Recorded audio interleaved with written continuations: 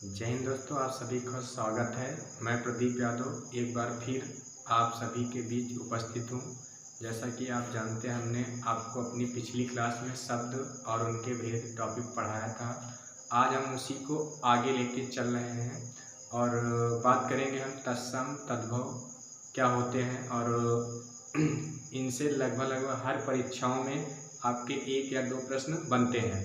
तो आइए हम देखते हैं तत्सम किसे कहा जाता है और तद्भव किसे कहा जाता है। तो आपसे कह दिया जाए कि जो आपका तत्सम है किन 2 शब्दों से मिलकर बना है। तो एक आपका तत्व और एक आपका सम। आपसे कह दिया जाए तत्सम किन 2 शब्दों से मिलकर बना है। तो एक तत्व और एक आपका सम। और आपसे कह दिया जाए तत्व का अर्थ क्या होगा, तो उसके। और आपसे कह दिया जाए सम का अर्थ क्या होगा, तो आपको बताना है क्या, समान। उसके समान अर्थात किसके समान, तो हम बताएंगे किसके समान, संस्कृत के समान। फिर आपसे कहा जाएगा कि तत्सम की परिभाषा क्या होती है।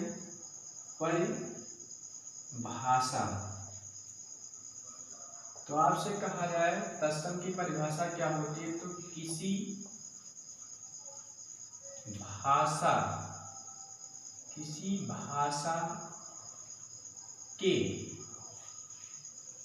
भाषा के मूल शब्द तत्सम कहलाते हैं। किसी भाषा के मूल शब्द क्या कहलाते हैं, आपके तत्सम कहलाते हैं। तो आपसे हमने कहा कि किसी भाषा के मूल शब्द आपके क्या कहलाएंगे, तत्सम। या हम कह सकते हैं तत्सम किसे कहा जाता है, अपनी भाषा में कहा जाए तो तत्सम ऐसे शब्द जिनका प्रयोग हम रोजमर्रा की जिंदगी में यदा कदा या हम कह सकते हैं कभी कभी करते हैं, उन्हीं को हम क्या कहते हैं, आपका तत्सम शब्द कहा जाता है। या हम कह सकते हैं ऐसे शब्द जिनका प्रयोग संस्कृत से ज्यों का त्यों हिंदी में प्रयोग किया गया, उन्हीं को हम कैसे शब्द कहेंगे, तत्सम शब्द कहा जाता है। या हम कह सकते हैं जिनका प्रयोग हम आम बोलचाल की भाषा में कभी कभी करते हैं, उन्हीं को हम कैसे शब्द कहते हैं, तत्सम शब्द कहा जाता है।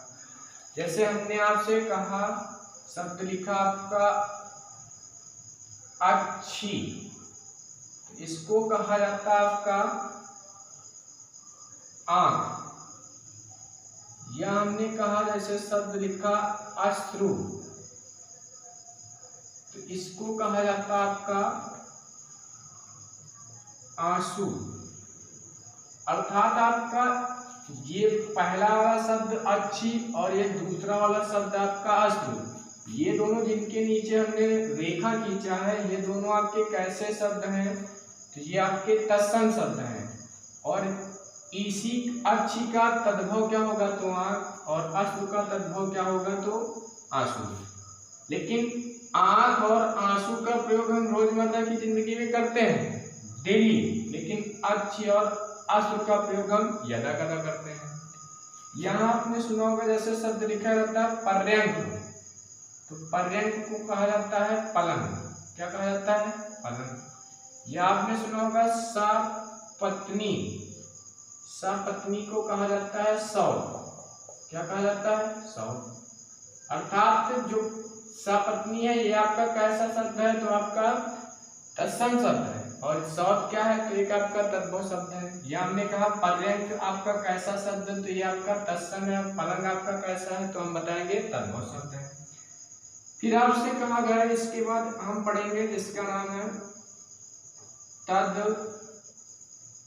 तद्भव। आपसे कह दिया जाता है कि तद्भव किन 2 शब्दों से मिलकर बना है। तो एक आपका तत्व और एक आपका क्या, भाव। और आपसे कहा जाता है कि तत्व का अर्थ यहाँ पर क्या होगा, तो उससे, और यहाँ आपका भाव का अर्थ होगा क्या, उत्पन्न। अर्थात उससे किससे, तो संस्कृत से उत्पन्न जो भी शब्द होंगे वो आपके कैसे शब्द होंगे, आपके तद्भव शब्द। या हम कह सकते हैं इसकी परिभाषा पूछा जाए, परिभाषा आपसे कहते हैं तद्भव की परिभाषा क्या होती है, तो ऐसे शब्द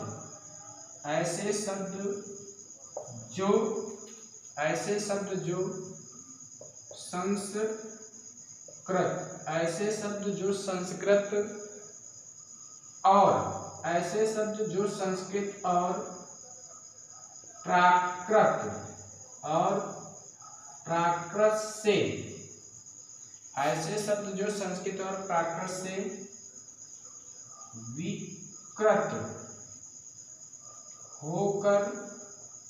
होकर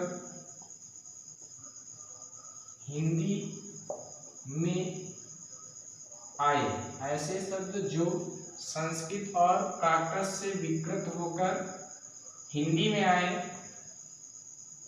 तद्भव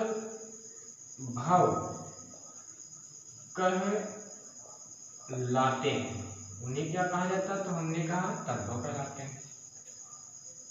या हम कह सकते हैं कि ऐसे शब्द जिनका पढ़ना सरल होता है उन्हें हम कैसे कहते हैं, आपके तद्भव शब्द कहते हैं। या हम कह सकते हैं जिनका प्रयोग हम रोजमर्रा की जिंदगी में डेली करते हैं उन्हीं को हम कैसे शब्द कहते हैं, तद्भव शब्द कहते हैं। या आपसे कहते हैं जिनका प्रयोग हम आम बोलचाल की भाषा में डेली करते हैं उन्हीं को हम कैसे शब्द कहते हैं, आपके तद्भव शब्द कहते हैं। जैसे हमने आपको बताया था यहाँ अच्छी एक आपका तत्सम, लेकिन आंख आपका कैसा है, तद्भव। अश्रु आपका कैसा है, तो तत्सम, लेकिन आंसू क्या है, एक आपका तद्भव शब्द है। फिर आपसे कह दीजिए पर्यटन कैसा है, तो एक आपका तत्सम शब्द है। और पलंग आपका कैसा है, तो आपको बताना कैसा तद्भव शब्द है। सपत्नी एक आपका तत्सम शब्द है, लेकिन सौत आपका कैसा है, तो आपको बताना तद्भव शब्द है। तो यहाँ तक आप सभी नोट कर लें, फिर हम आगे चलते हैं। सही है।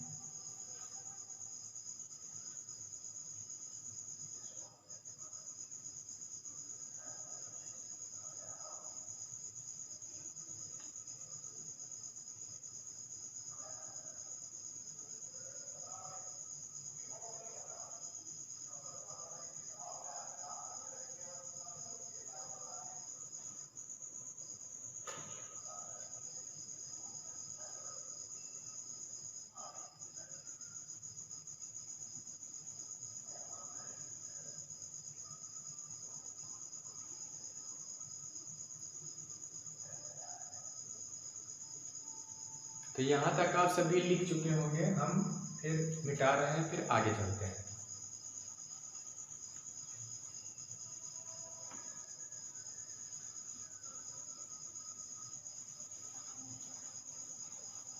हमने आपको बताया कि तत्सम और तद्भव क्या होते हैं, और उसी में हमने बताया कि ऐसे शब्द जो संस्कृत और प्राकृत से विकृत होकर हिंदी में उन्हें कैसे शब्द कहते हैं, तद्भव शब्द कहते हैं। उसी में से हम तद्भव को ही आगे बढ़ाते हैं।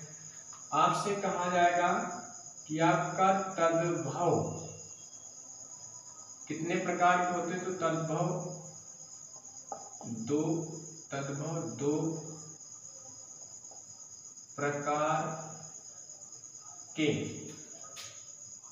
दो प्रकार के होते हैं। पहला हम पढ़ेंगे तद्भव कितने प्रकार के, दो प्रकार के होते हैं। एक आपका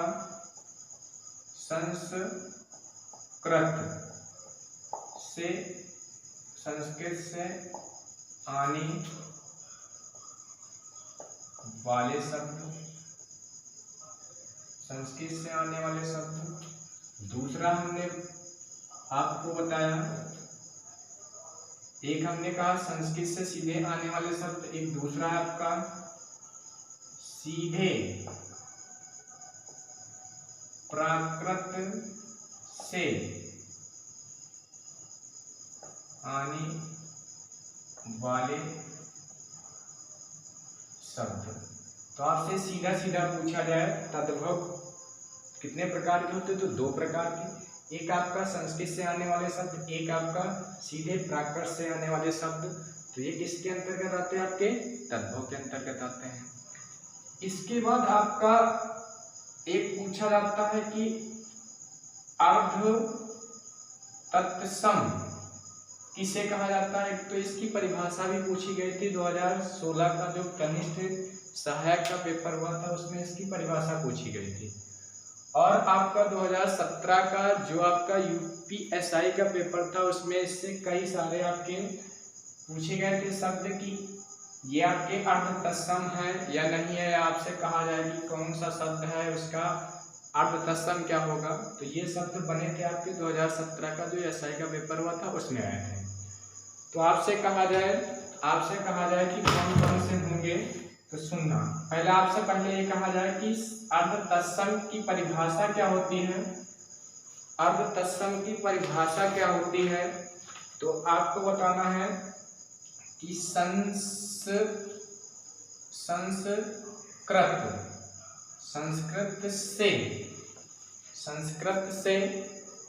संस्कृत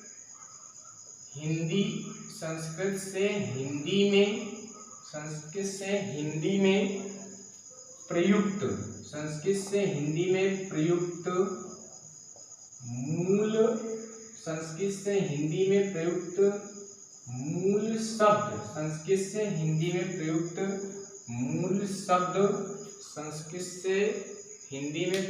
मूल शब्द से वर्तमान अस्थाई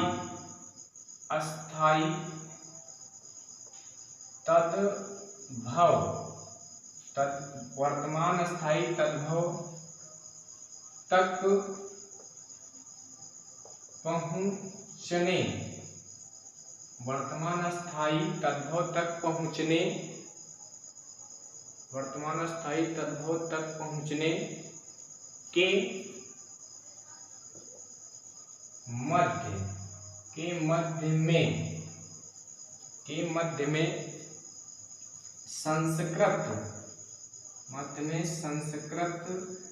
मध्य में संस्कृत के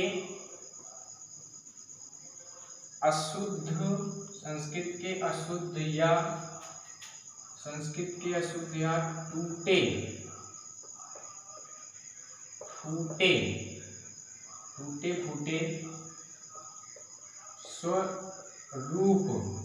फूटे स्वरूप में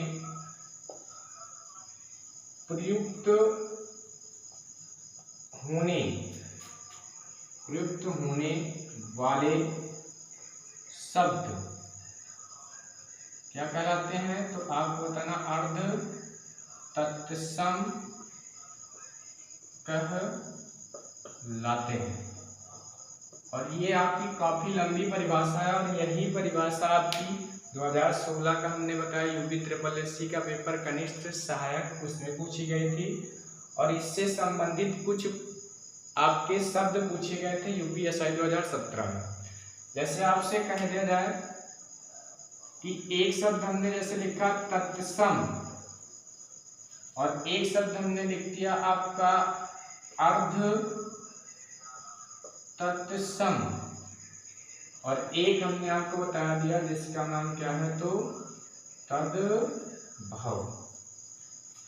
जैसे हमने लिखा यहाँ पे शब्द लिखा आपका एक शब्द अग्नि, तो ये आपका कैसा है तत्सम है। लेकिन आपसे कह दिया जाए अग्नि एक आपका तत्सम, इसका अर्ध तत्सम क्या होगा तो इसका अर्ध तत्सम बनेगा आपका अग्नि।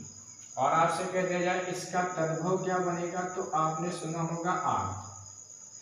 फिर अगला आपसे कह दिया जाए जैसे हमने शब्द लिखा आपका अगला दूसरा आपने सुना भी होगा अक्षर, तो ये आपका एक तत्सम है। लेकिन आपसे कह दिया जाए अक्षर, ये आपका क्या है तो आपका तद्भव है। और आपसे कह दिया जाए आखर, तो ये आपका कैसा शब्द है तो आपका तद्भव शब्द है। अगला आपसे कह दिया जाए जैसे हमने शब्द लिखा आपका चूर्ण, तो ये आपका तत्सम है। लेकिन कह दिया जाए चूरन, ये आपका कैसा है तो अर्ध तत्सम है। लेकिन कह दिया जाए चूना, चूना, तो ये आपका कैसा है? तद्भव है। यह एक शब्द आपसे कह दिया जाए कार्य, ये आपका कैसा है? तो आपका तत्सम है। लेकिन कह दिया जाए कारज, ये आपका कैसा है? तो अर्ध तत्सम है। और आपका कह दिया जाए काम, ये आपका कैसा है? तो आपका तद्भव शब्द है। तो हमने आपको बताया कि संस्कृत से हिंदी में प्रयुक्त मूल शब्द से वर्तमान अस्थाई तद्भव तक पहुंचने के मध्य में संस्कृत के अशुद्ध या टूटे फूटे स्वरूप में प्रयुक्त होने वाले शब्द आपके क्या कहलाते हैं? तो अर्ध तत्सम कहलाते हैं। तो हमने आपको बताया ये, तो आप यहाँ तक नोट कर लें, फिर हम आगे चलते हैं।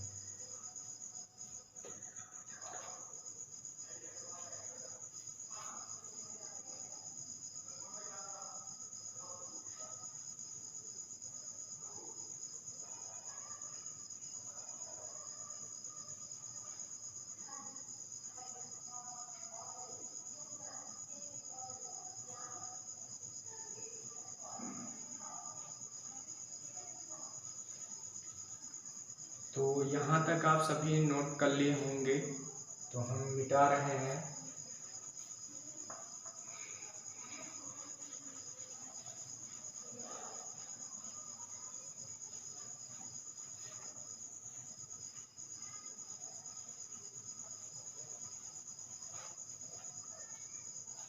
तो हमने आपको बता दिया कि तत्सम, तद्भव और अर्ध तत्सम क्या होते हैं।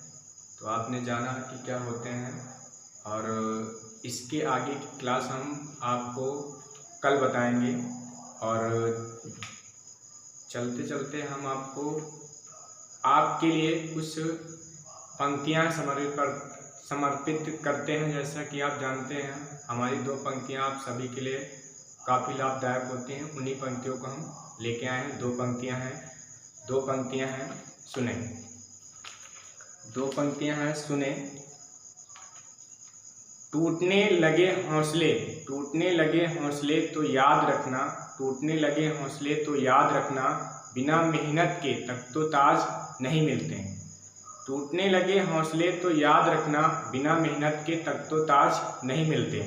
ढूंढ लेते हैं अंधेरों में मंजिल अपनी, ढूंढ लेते हैं अंधेरों में मंजिल अपनी, क्योंकि जुगनू कभी रोशनी के मोहताज नहीं होते, क्योंकि जुगनू कभी रोशनी के मोहताज नहीं होते हैं। इसी के साथ हम अपनी बात को समाप्त करते हैं।